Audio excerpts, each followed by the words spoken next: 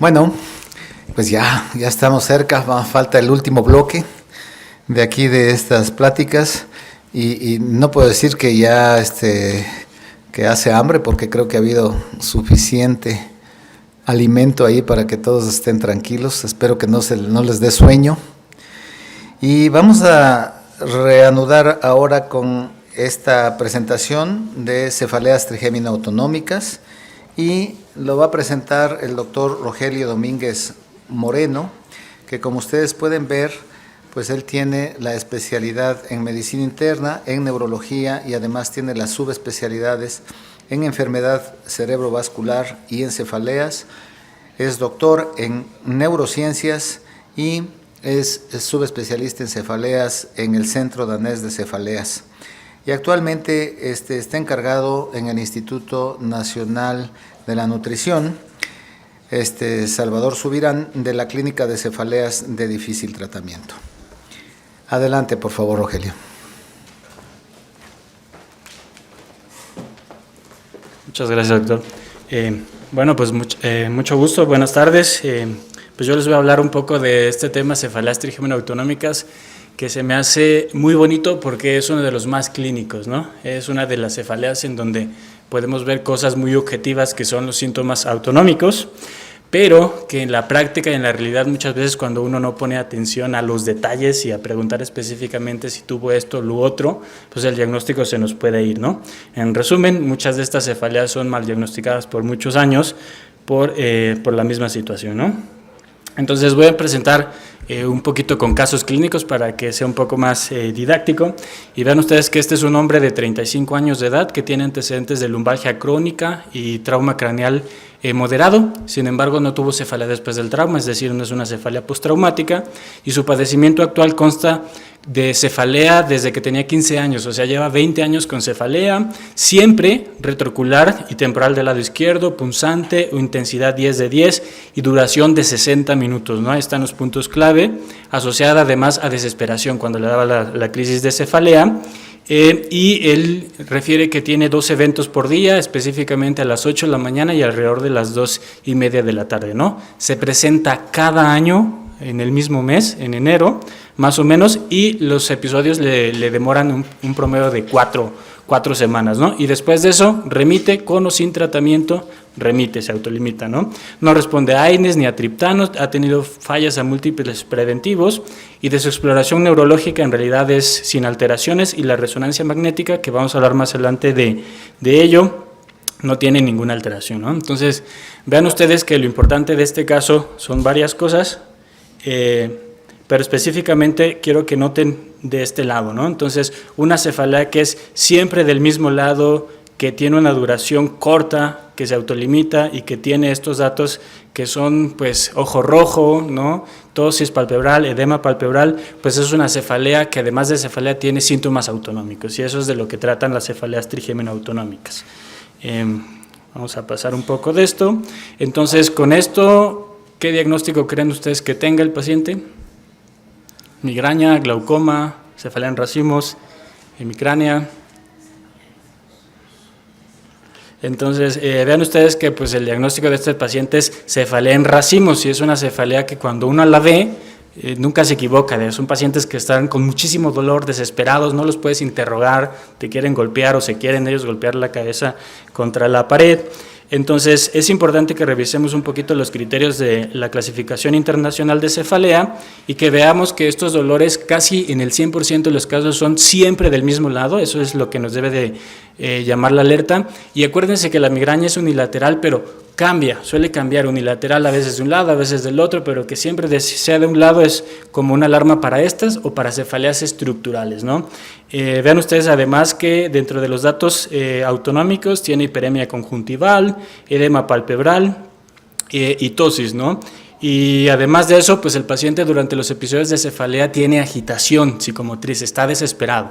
Yo siempre les digo cuando doy alguna plática entre clúster y migraña, la gran diferencia es que el paciente con migraña tiene dolor, se hace bolita, se va y se esconde al cuarto, no quiere ruido, está quieto, ¿no? Y el paciente con clúster es todo lo contrario, tiene mucho dolor, tal vez no le molesta tanto la luz, pero está desesperado, se anda moviendo por todos lados, ¿no? Entonces esas son cosas, digamos, muy burdas que nos puede dar la clave clínica, ¿no?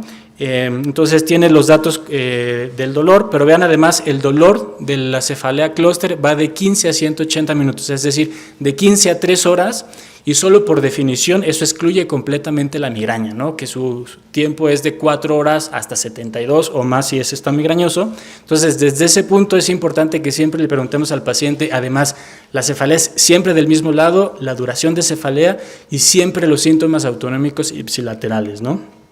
Entonces, bueno, se puede presentar una vez de 1 a 8 crisis por día y que no se, digamos, se explica por otro diagnóstico, ¿no? Y ahorita vamos a ver un poco sobre cómo es el abordaje, pero básicamente todas las trigeminoautonómicas se dividen de acuerdo al tiempo en que tienen una remisión, ¿no? No tanto al número de cefaleas.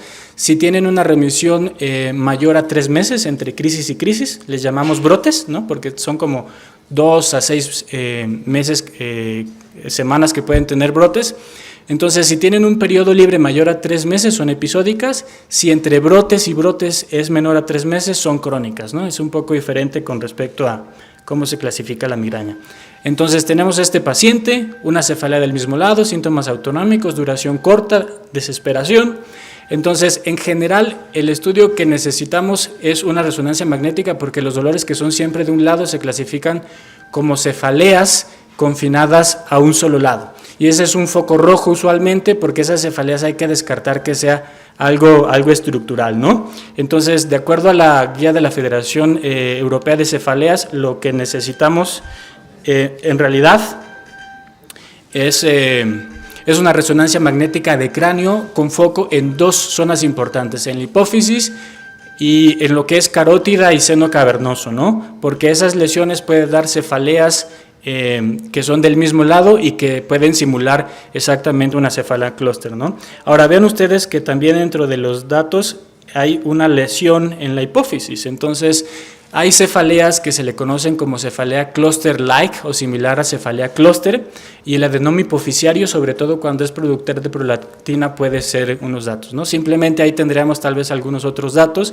pero en la imagen inicial podríamos ver si hay un adenoma, ¿no? Entonces, en algunos casos, si el paciente no responde, si el paciente es refractario a tratamiento, pues se puede pedir inclusive un perfil hormonal que está más enfocado a buscar la prolactina, ¿no? Entonces, esos son algunos datos que se pueden considerar. Vean ustedes que hay varias diferencias entre la cefalea y la migraña, pero con este cuadro lo que quiero decir en general es que la gran diferencia, porque todos nosotros hemos escuchado que las migrañas también tienen síntomas autonómicos y la cefalea clúster también. Entonces, ¿cuál es la diferencia? La gran diferencia es que en el clúster es en el 100% de los casos, o todas las trigeminoautonómicas, y en la migraña no, y lo otro es la intensidad. Cuando un paciente con migraña uno le pregunta, oye, ¿tienes ojo rojo, te lloran? Sí, tantito, pero los dos, poquito. Entonces, una recomendación en general es siempre díganle al paciente que se tome fotos. Yo a todos mis pacientes les digo, no sé, me queda duda, pero cuando me dicen que es de los dos lados va a ser muy difícil que sea una trigeminoautonómica. Lo mejor es objetivarlo, entonces por eso traigo tantas fotos de ellos, ¿no? Entonces, el punto acá del tratamiento es que son 3 pasos o esquemas o partes que tenemos que tener en el tratamiento. El primero es el tratamiento agudo, es decir, para quitar la cefalea en ese momento. Muchos de estos llegan a urgencias, que básicamente son 2 cosas: el oxígeno, que tiene que ser de 12 a 15 litros por minuto, sin reservorio, porque acuérdense ustedes que el reservorio acumula CO2 y el CO2 es un vasodilatador y todos los vasodilatadores inducen migraña o cefalea, así lo hace el sildenafil y si respiras en una bolsa también, ¿no? Te ayudará para la ansiedad, pero para las cefaleas no. Entonces, el sumatriptán idealmente tendrá que ser subcutáneo, no tenemos en México, pero bueno, es importante que tenga un triptano y que tenga oxígeno suplementario sin reservorio. Entonces, ese es para el episodio agudo, ¿no? Y luego tenemos el conocido, que es como para que en vez de 6 semanas que le va a durar la crisis, pues le dure la mitad o menos, o sea, que se acorte esas semanas horribles de sufrimiento, ¿no? Que inclusive hasta se quieren suicidar, es uno de los otros nombres. Entonces, dentro de estos tenemos varias opciones, pero vean ustedes que dentro de los más frecuentes está el verapamilo y el litio, tal vez el topiramato, melatonina con menos eficacia, y luego algunos que son neuroestimuladores, ¿no? Casi no usamos el litio porque hay que estar midiendo niveles, es tóxico para la retina, etcétera, entonces es muy difícil, la verdad es que yo nunca lo he usado. Pero eso va a hacer efecto en semanas, o sea, no es tan pronto. Entonces, acá lo más importante que les quiero decir es que nunca se olviden que en cefalea clúster hay un tratamiento de transición u intermedio. Y el objetivo de este tratamiento es eliminar las crisis lo más rápido posible y no esperar a que actúe el verapamilo, que es lo que más usaríamos en general. Y vean ustedes que para cortar estas crisis básicamente es una sola cosa, esteroides, la vía que tú prefieras. Probablemente la más rápida sea poner esteroides en la región suboccipital, a veces corta las crisis y todo este brote en 2-3 días. La verdad es que a veces uno puede tener buenos resultados, pero también podemos dar, por ejemplo, esteroides tomados. El problema es que son varias semanas, es sistémico, son casi 2 semanas, ¿no? Si usamos esteroide tomado sería 105 días y luego bajarle 20 cada 3 días, ¿no? Pero yo en realidad les recomendaría más bien el esteroide suboccipital. Y, por ejemplo, este es un caso que vi durante mi residencia, de hecho, en donde era un paciente con clúster, tenía 20 años también de evolución, entonces le pusimos el esquema, hay varios esquemas, hay uno que es solo un bloqueo y hay otro que son 3 bloqueos en días alternos, es decir, un día sí, un día no. Básicamente se utiliza metilprednisolona 60 o 80, yo suelo usar dexametasona 4 miligramos con 2 mililitros de lido y se pone de forma bilateral porque algunos raros casos bloqueas del lado que le duele y luego se va del otro, ¿no? Entonces vean que a este paciente le hicimos el bloqueo. En el primer bloqueo de tener 8 crisis o episodios de cefalea por día disminuyó a 3, ¿no? Y de menor intensidad, ahora de 1 hora y media. En el segundo bloqueo bajó a 2 episodios y en el tercer bloqueo dejó de tener los brotes. Entonces digamos que como en 3 días se cortó un brote que tal vez iba a durar más, ¿no? Probablemente. Entonces, y bueno, esta es nada más una imagen ilustrativa del paciente, cómo tiene los síntomas autonómicos, lagrimeo, ojo rojo, tosis palpebral y fuera de crisis, que esto puede pasar con o sin tratamiento, ¿no? Esto fue estable y el último seguimiento que le pude dar pues llevaba un rato sin eso, ¿no? Estable. Entonces, hay evidencia de eso. Recientemente hay una publicación en donde revisamos la evidencia en varias cefaleas, pero si hay una cefalea en donde los bloqueos, y no en general se ponen esteroides, pero donde más funciona, probablemente sea en la cefalea clúster, y de hecho la Academia Americana de Neurología la clasifica como tratamiento clase A, o sea que tiene suficiente evidencia. Es muy fácil, háganlo, se los recomiendo, el paciente se los va a agradecer muchísimo y le van a cortar su sufrimiento bastante. Hay nuevos tratamientos con respecto a esto, sí, se pueden usar neuroestimuladores, por ejemplo, del nervio vago, como el Gamacor, se pueden utilizar anticuerpos monoclonales como el Galcanezumab, sin embargo, parece ser que son efectivos más en episódica, en crónica. Los ensayos que se han hecho en realidad salen negativos, pero la experiencia de vida real apunta a que sí funcionan, entonces sí se suelen usar pues como una medida terapéutica, ¿no? Y finalmente puede haber, por ejemplo, neuroestimuladores, y los neuroestimuladores pueden ser del ganglio esfenopalatino, que es por cirugía, ya no existe en la compañía, pero funcionaba muy bien, o el neuroestimulador del nervio occipital, que ese sí existe, ¿no? Y hay un ensayo clínico muy interesante. Entonces acá lo importante es decir que aunque los tratamientos pueden funcionar para ambos, lo cierto es que parece ser que sabemos que el episódico, bueno, no parece ser es así, el episódico es más fácil de tratar y el crónico es un dolor de cabeza para él mismo, y el doctor también se puede desesperar porque no jalan, ¿no? Entonces algunas tendencias, o lo que parece ser, es que muchos de estos pacientes crónicos tal vez necesiten neuroestimulación, ¿no? Los que ya les mencionaba, pero inclusive hay estimulación cerebral profunda, ¿no? De los hipotálamos, porque en teoría esto que se presente cada año, esto que se tenga un ciclo circadiano y circanual, se relaciona, ¿no? A que hay un probable involucro del hipotálamo, ¿no? Y de hecho en estudios funcionales se puede ver un poco eso. Pero es posible que los pacientes crónicos necesiten tratamientos más agresivos, ¿no?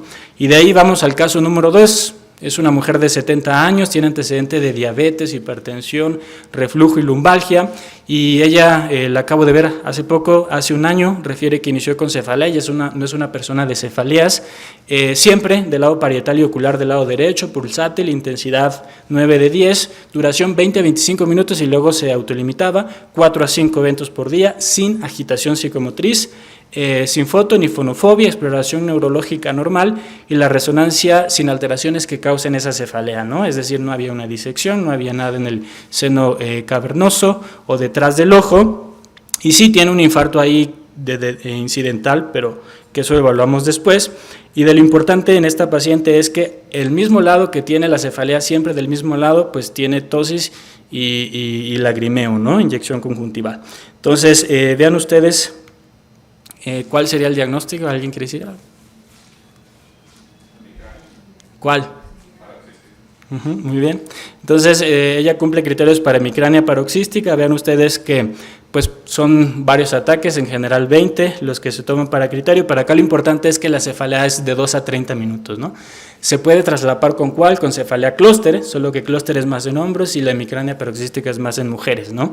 Vean ustedes que además los síntomas autonómicos ipsilaterales, que ya hemos platicado varios en los otros, y que la cefalea ocurre usualmente más de 5 episodios por día, aunque los pacientes pueden presentar menos episodios. En realidad, en la clasificación más amplia puede ser desde 1 episodio, ¿no? Entonces, no se explica por otro diagnóstico, significa que necesitamos hacer una resonancia, tal vez evaluar cuestión del ojo, y lo importante es acá que responde maravillosa o casi milagrosamente a la indometacina. Entonces, este es un diagnóstico, un test diagnóstico, pero también es el tratamiento, ¿no? Entonces, platicando un poquito entre la hemicrania paroxística y la cefalea en racimos, yo sé que a lo mejor a muchos de nosotros no nos queda duda, pero a veces sí, ¿no? Y a veces sí, lo comento porque la semana pasada justo en el hospital teníamos una paciente y la residente que le tocó ver, pues decía, no, es que yo quiero que sea clúster, ¿no? Bueno, vamos a analizar los datos, y los datos importantes acá es que la intensidad del dolor es muy similar y los síntomas trigeminómicos van a estar del mismo lado, ¿no? Entonces ahí no podemos diferenciar, pero en donde sí podemos diferenciar un poco es en la duración del dolor, en 2 a 30 minutos, entonces si demoró más de 30 minutos va a ser más para clúster, ¿no? Pero todavía tienen un traslape entre los 15 y los 30 minutos, puede ser para ambas, ¿no? Entonces, cefalea paroxística puede ser más en mujeres y clúster más en hombres. Sin embargo, es importante decir que si nos queda la duda porque está en ese tiempo, puede ser mujer, pero las mujeres también tienen cefalea en racimos, lo mejor es hacer el test de la indometacina, ¿no? Porque son dos entidades que se tratan completamente diferente, y el test de la indometacina pues es un test que es rápido, es económico y además es el tratamiento definitivo de la cefalea paroxística, ¿no? Entonces, el test de indometacina, conocido como Indotest, básicamente dice que podemos aplicar indometacina intramuscular u oral. El mecanismo por el cual actúa no está muy claro, a lo mejor inhibe prostaglandinas, a lo mejor inhibe liberación de óxido nítrico, pero es especialmente de ayuda en estos pacientes, ¿no? En México no tenemos indometacina intramuscular, entonces el test de indometacina es darles indometacina de una forma escalada hasta que responda. ¿En cuánto tiempo? En 2 semanas. Entonces el esquema es 25 cada 8, 3 días, luego 50 cada 8, 3 días y luego 75 cada 8, 3 días. Si el paciente responde, la verdad es que es una respuesta maravillosa. En los primeros 3 días vas a ver que se le está quitando bastante, ¿no? Hay respondedores lentos, sí, pero es raro, entonces esto no sirve. Usualmente yo les recomiendo sobre todo a los residentes que si les queda duda si es clúster o hagan el test de indometacina, porque en el test de indometacina en 2 semanas ya supieron si era o no. Si no responde, entonces va a ser clúster, pero no es recomendable iniciar de la otra forma tratando como clúster, porque acuérdense que el clúster lleva verapamilo, se va escalando cada 2 semanas, si no responde le pongo galca, y si al final era una cefalea paroxística, pues ya perdimos tiempo, ¿no? Entonces, inclusive en la práctica le digo a los pacientes, bueno, si me queda duda, hacemos el test, si el test es negativo va a ser clúster, ¿no? Pero en la indometacina o en la paroxística, pues en 1 semana te queda muy claro, ¿no? Y es cierto, los pacientes te mandan mensaje a los 3 días, yo les dejo y le digo a los 3 días me dice cómo va, doctor, se me quedó por completo. Ah, bueno, solo hay que mantener el tratamiento y vamos viendo, ¿no? Después de un tiempo. Sin embargo, también es importante que les diga que las cefaleas trigémino-autonómicas, pues es el ojo el que le duele, ¿no? ¿Y si es el ojo? Entonces hay que tener en cuenta que, por ejemplo, el glaucoma de ángulo cerrado puede ser uno de los diagnósticos que puede enmascarar esto. Y hay muchas similitudes, pero lo importante es que en las cefaleas trigeminautonómicas, cuando tienes síntomas trigeminales y dolor, es por un corto periodo. O sea, usualmente no se continúan, y en el glaucoma sí. Por ejemplo, la duración del dolor en las hemicráneas es de 2 a 30 minutos y en el glaucoma es por días, que eso es poco frecuente, a menos que sea hemicránea continua. Otro es la frecuencia de los ataques. Son varios ataques que te dan y se quitan en las hemicráneas, ¿no? Sobre todo en la paroxística, pero en el glaucoma a ojos cerrados se continúa si no se da un tratamiento, ¿no? Además, por ejemplo, en la exploración del ojo, cuando es glaucoma, pues además del ojo rojo, hay una pupila pléjica que suele estar dilatada. Y de hecho, el síntoma o uno de los síntomas que te puede dar la clave es que si tienen eso y apagan la luz, le duele más el ojo porque el ojo se dilata y entonces cierra más el ángulo, ¿no? Entonces esos son datos muy importantes que no debemos obviar y que no vaya a ser un glaucoma, ¿no? Y finalmente, pues no respondería a la endometacina. Si ya viste 3 días, ay, como que no le hizo nada y la pupila estaba ahí curiosa, pues mejor vemos, ¿no? Caso clínico 3, es un hombre de 33 años, que se conoce con esclerosis múltiple progresiva, piernas inquieta y depresión. Él tiene 19 años con un dolor que siempre es retroocular del lado derecho, opresivo, 7 de 10, continuo, es decir, todo el tiempo tiene dolor 7 de 10 y se asocia a congestión nasal ipsilateral cuando tiene el dolor, no náuseas, no fotofobia. Sin embargo, refiere que él llega a tener 2 a 3 picos al día de un dolor que es en promedio de 9 de 10, muy intenso, y que cuando tiene los picos hay edema palpebral y hay lagrimeo del mismo lado, ¿no? Exploración neurológica asociada a la esclerosis, pero nada más que nos llame la atención, y la resonancia, lesiones típicas de la esclerosis múltiple, pero nada más que justifique su cefalea, ¿no? Entonces le pedí que me se tomara fotos y vean ustedes cómo en su ojo del lado derecho, pues sí se le ve la tosis, ¿no? Entonces congestión nasal, y fuera de los episodios está en general normal, o sea, no tiene alteraciones en su ojo, pero también es muy importante que en algunos casos, sobre todo en dolor continuo, les pidamos que grafiquen su dolor. Entonces él ingeniero una cosa así, y le dije, pues grafica tu dolor a ver para que lo veamos, y él diseñó una hoja de Excel con muchas cosas que yo no entendí, y solo agarré esto, y acá lo importante es que él tenía dolor todo el tiempo de 7, con picos agregados hasta 9, ¿no? Pero vean, nunca llega a 0. Entonces acá nosotros pues sospechamos un poco de una cefalea hemicránea continua, y entonces hicimos el test de la endometacina, y ven ustedes que haciendo el test pues bajó el dolor, dejó de tener los picos. Aquí lo dejó por alguna razón, y aquí le hicimos un bloqueo de nervios pericraneales y luego tuvo casi como 3 meses, y recientemente a finales de mayo pues que ya está rebotando otra vez, ¿no? Entonces acá lo importante es que la clave en el diagnóstico es preguntarles estrictamente al paciente si hay remisión del dolor en algún punto, ¿no? Esa es la clave para diagnosticar la hemicrania continua, porque la diferencia, y creo que la única cefalea que tiene dolor todo el tiempo con picos sobregrados, es la hemicrania continua. Entonces hay que preguntar si hay síntomas autonómicos. Vean cómo la hemicrania paroxística sí tiene picos muy altos y varios en el día, pero hay días libres de dolor. Pero la hemicrania continua siempre hay un dolor de base, pero además tiene picos, y lo curioso es que en las cefaleas o en estas cefaleas, cuando son los picos más intensos es cuando se logran ver más evidentes los síntomas autonómicos ipsilaterales. Entonces siempre hay que pedirle al paciente que lo grafique, ¿no? Y bueno, ya casi para concluir con las trigeminautonómicas, vemos el caso clínico número 4, que es una mujer de 40 años de edad. Ella tiene antecedentes de esferocitosis hereditaria, coartación aórtica, SAF serológica, con 8 años de un dolor punzante continuo de 4 a 5, siempre del mismo lado, y cuando es muy intenso, o sea, se le agregan picos de hasta 10, ¿no? Pero cuando es muy intenso se le agrega edema hemifacial del lado derecho y lateral a su cefalea, la exploración física sin alteraciones, la resonancia sin grandes alteraciones que lo justifique, y vean ustedes cómo se presentan los episodios, ¿no? Este es el caso más agresivo que he visto de manifestaciones autonómicas, ¿no?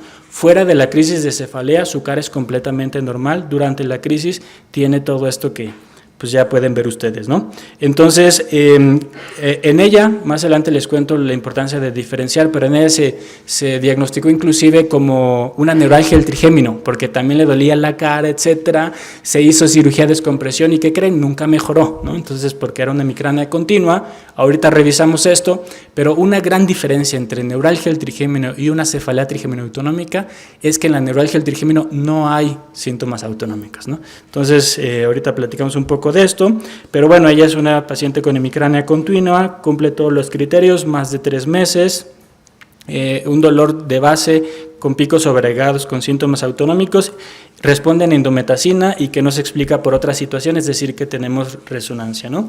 Y luego tenemos las otras, las más chiquitas, esas son muy raras, si de por sí en general son raras las autonómicas, y estas son las cefaleas neuralgiformes de corta duración, ¿no?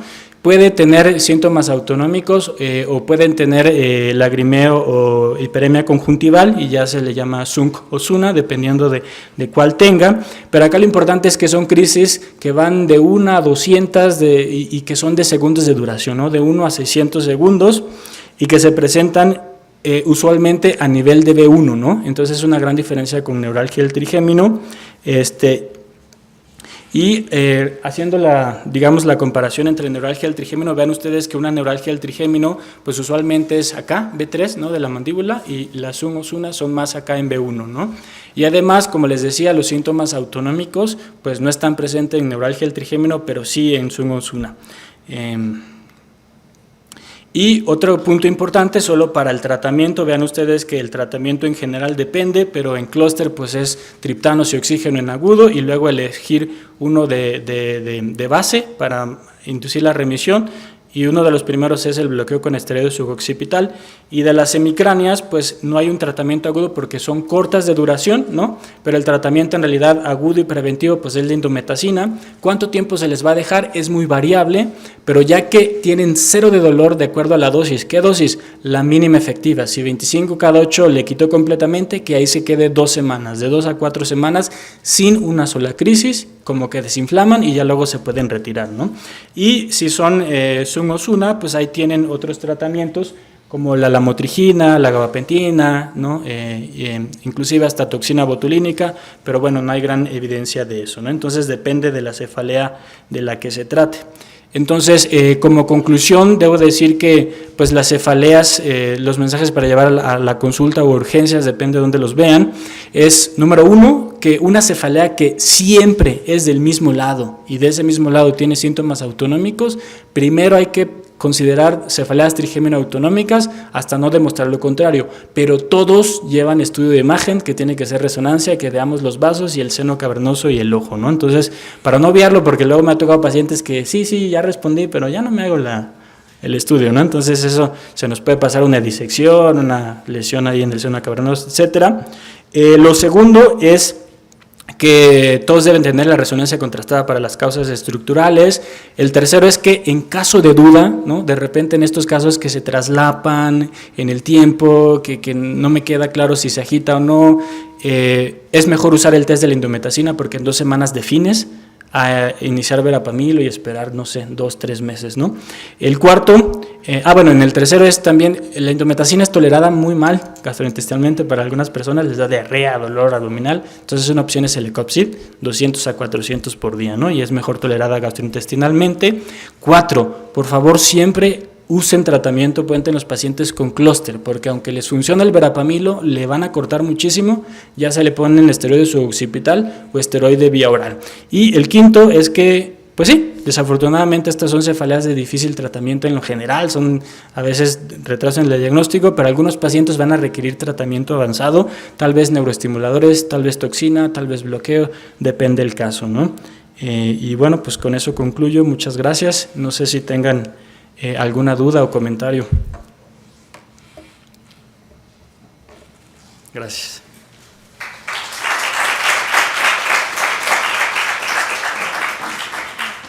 Mi querido colega, muchísimas gracias. Seguro que no hay ninguna duda. Es un tema, digo, por lo raro de la presentación de estos casos, en donde realmente hay que aprovechar la presencia de un verdadero especialista en eso, porque muchos de nosotros durante toda la vida no vamos a ver algún caso de estos, ¿eh? Entonces, adelante, doctora.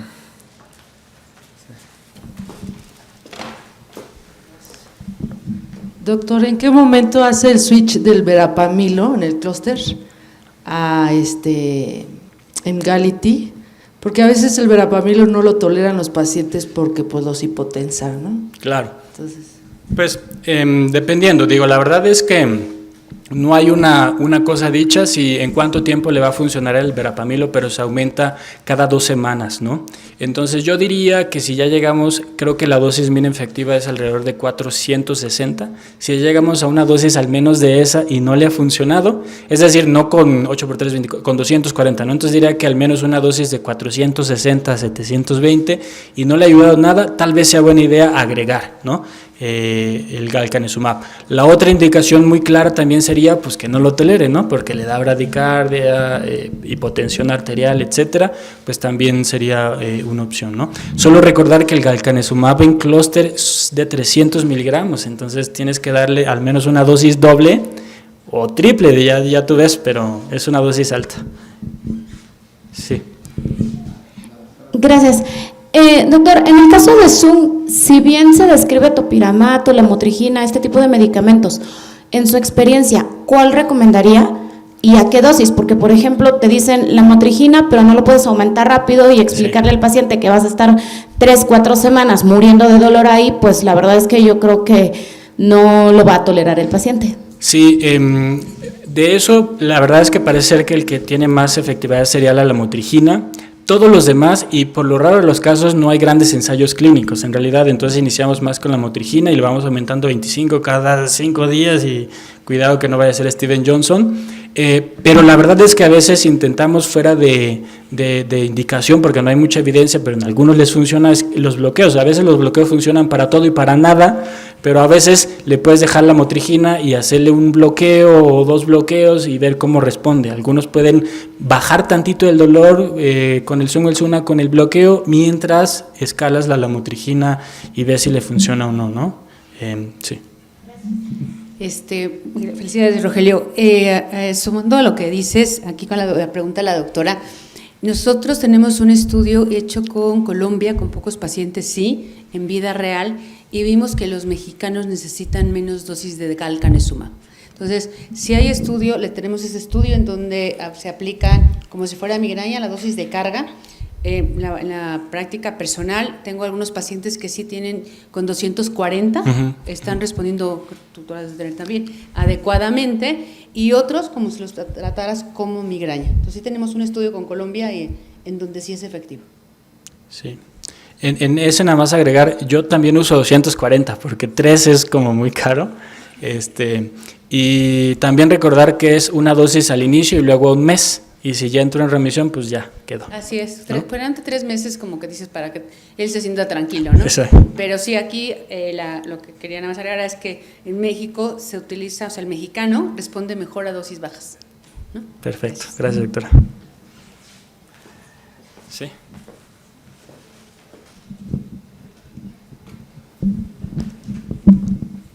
Gracias, Rogelio. Salió hace poco unos reportes en encefalgia de ketamina, por ejemplo, en Cephalea Cluster. ¿Qué opinas de estos tratamientos o qué opciones de tratamientos avanzados como neuroestimuladores tenemos en México? En México no tenemos los neuroestimuladores que han demostrado efecto, que sobre todo es el Gamacor y el neuroestimulador occipital que es de Medtronic. No sé si tengan porque me decía por ahí alguien de Medtronic que creo que son los mismos electrodos, pero como tal el final no. Entonces no los tenemos y es muy triste porque yo creo que sí deberíamos de tenerlo y que puede haber pacientes, yo todavía no tengo un paciente así súper refractario, pero me han contado otros neurólogos, ¿no? Entonces digo, pues yo creo que si ya le intentaste todo, le tocaría la estimulación y en teoría es muy sencillo, sí responden como un 56%, un 50% de que no habían respondido a nada, inclusive a Galca, ¿no? Problema sí que puede migrar en un 30, un 70%, pero pues se recoloca, entonces un beneficio, ¿no? Ahora, con respecto a la ketamina puede ser, tal vez no sea un tratamiento específico, pero recordar que tanto las infusiones de lidocaína como las de ketamina pueden ser tratamientos opcionales para cefaleas de difícil tratamiento, ¿no? Las refractarias, y hay protocolos para infundir ketamina intrahospitalariamente y lidocaína en infusión, que puede ser una sola infusión o hasta una semana hasta que responda. Entonces, pues sí, puede ser otra opción. Muchas gracias. Tal vez una última pregunta. Aquí sí tenemos la desketamina por vía intranasal, y hay protocolos que también han utilizado ketamina por vía intranasal con una respuesta discretamente parecida a la vía intravenosa. ¿Qué piensas de eso? Pues digo, la verdad es que estaría bueno eso, porque pues es menos invasivo y seguramente que sería mejor tolerado, ¿no? Entonces yo creo que sí. Se me hace que más adelante vamos a tener más cosas con ketamina. Ya he visto que hay algunos protocolos con ketamina, entonces podría ser una opción, ¿no? Gracias, Rogelio.